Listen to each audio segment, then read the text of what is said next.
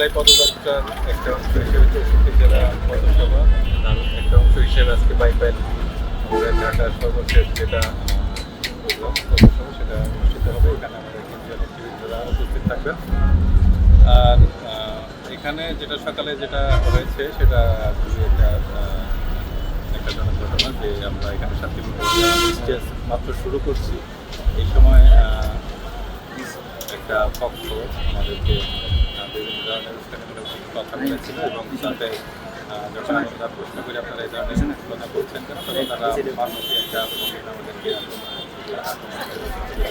এগিয়ে আছে এবং আমরা সেটাকে স্বাভাবিক করার চেষ্টা করি। একটা সময় তারা এখান থেকে চলে যায়।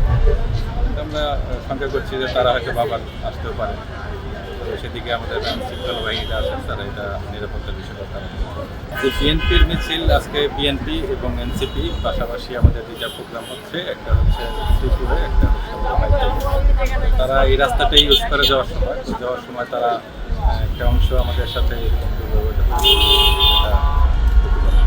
তারা কি ধরনের উস্কানিমূলক বক্তব্য দিচ্ছিল, সময়টা কখন?